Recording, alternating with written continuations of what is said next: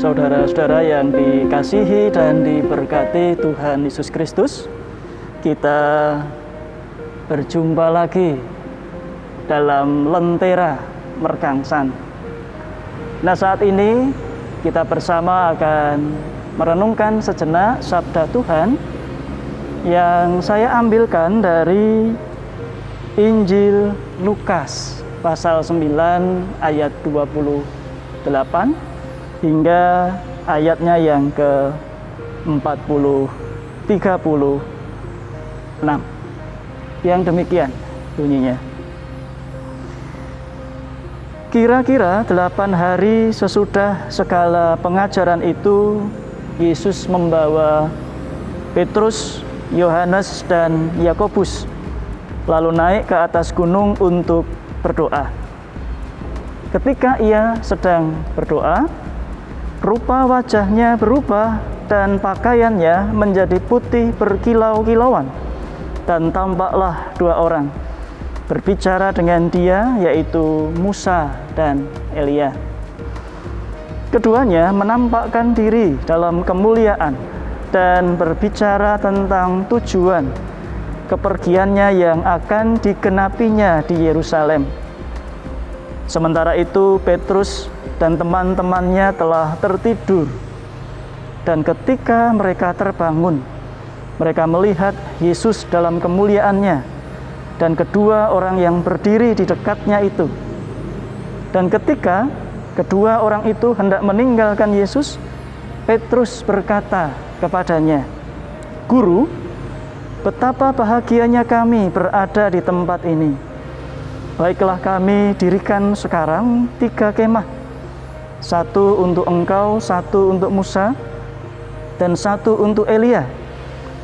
Tetapi Petrus tidak tahu apa yang dikatakannya itu. Sementara ia berkata demikian, datanglah awan menaungi mereka. Dan ketika mereka masuk ke dalam awan itu, takutlah mereka. Maka terdengarlah suara dari dalam awan itu yang berkata, "Inilah anakku yang kupilih, dengarkanlah dia." Ketika suara itu terdengar, nampaklah Yesus tinggal seorang diri, dan murid-murid itu merahasiakannya. Dan pada masa itu mereka tidak menceritakan kepada siapapun apa yang telah mereka lihat itu. Demikian sabda Tuhan yang dapat kita baca, dan melalui peristiwa transfigurasi di mana Yesus dimuliakan, kita bersama berefleksi dan membangun sebuah aksi bahwa kesejatian atau kemuliaan yang sejati dapat kita lihat dalam peristiwa transfigurasi. Yesus tidak mencari kemuliaan itu. Yesus mengalami kemuliaan itu, yaitu karena relasinya dengan Bapa di sorga. Kemuliaan yang dinyatakan melalui peristiwa transfigurasi juga mengingatkan kita tentang kerendahan hati, yaitu ketika Yesus tidak memproklamirkan dirinya sendiri, tidak menyatakan dirinya sendiri, tidak memamerkan kemuliaan yang dialami. Saudara-saudara yang dikasihi dan diberkati Tuhan, berpijak dari hal itu saja, kita bisa menarik sebuah refleksi tentang kehidupan umat manusia. Dengan situasi yang saat ini, di mana ada kecenderungan manusia untuk selalu menampilkan diri dengan berbagai kemuliaan. Nah, sebenarnya realitas semacam itu terjadi dari dulu sampai kapanpun. Hanya saja memang bentuk dan modelnya bisa berbeda-beda.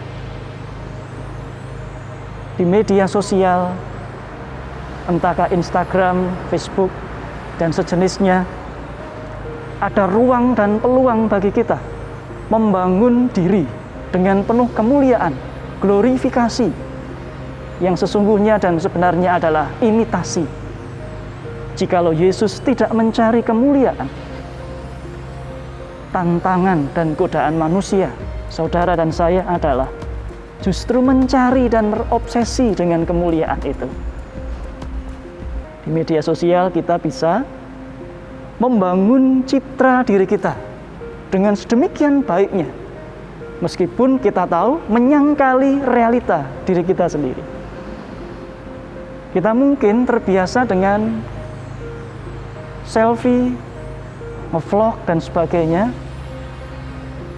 Dan dalam kehidupan umat manusia terkadang terjadi, di mana ketika hal itu dilakukan dengan menunjukkan properti, menunjukkan apa yang dia punya, tentu bukan soal benar dan salah, tetapi hal itu seakan hendak menunjukkan tentang bagaimana manusia berupaya untuk menyelubungi diri dengan berbagai macam materi, dengan berbagai macam properti, supaya terlihat mulia, meskipun secara tidak disadari dia sedang menunjukkan dirinya tidak mulia. Orang-orang yang mengunggulkan dirinya sendiri pada dasarnya sedang menyatakan kepada publik bahwa dirinya tidak unggul. Orang yang unggul itu tentu orang yang tidak mengunggulkan dirinya sendiri. Orang yang benar-benar mulia, ya, benar-benar sejati kemuliaan itu, dia tentu tidak akan memuliakan dirinya sendiri. Dan Yesus dalam peristiwa transfigurasi mengingatkan kita untuk hidup dalam kebenaran yang sesungguhnya, kesejatian.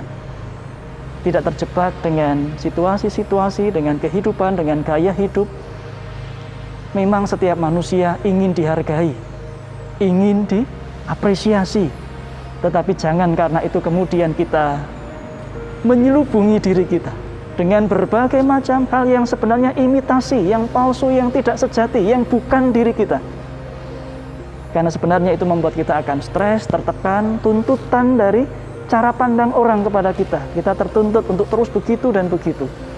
Kita terjebak entah dengan penampilan yang palsu, terjebak dengan berbagai macam hutang kredit demi untuk memuaskan supaya terlihat citra kita mulia.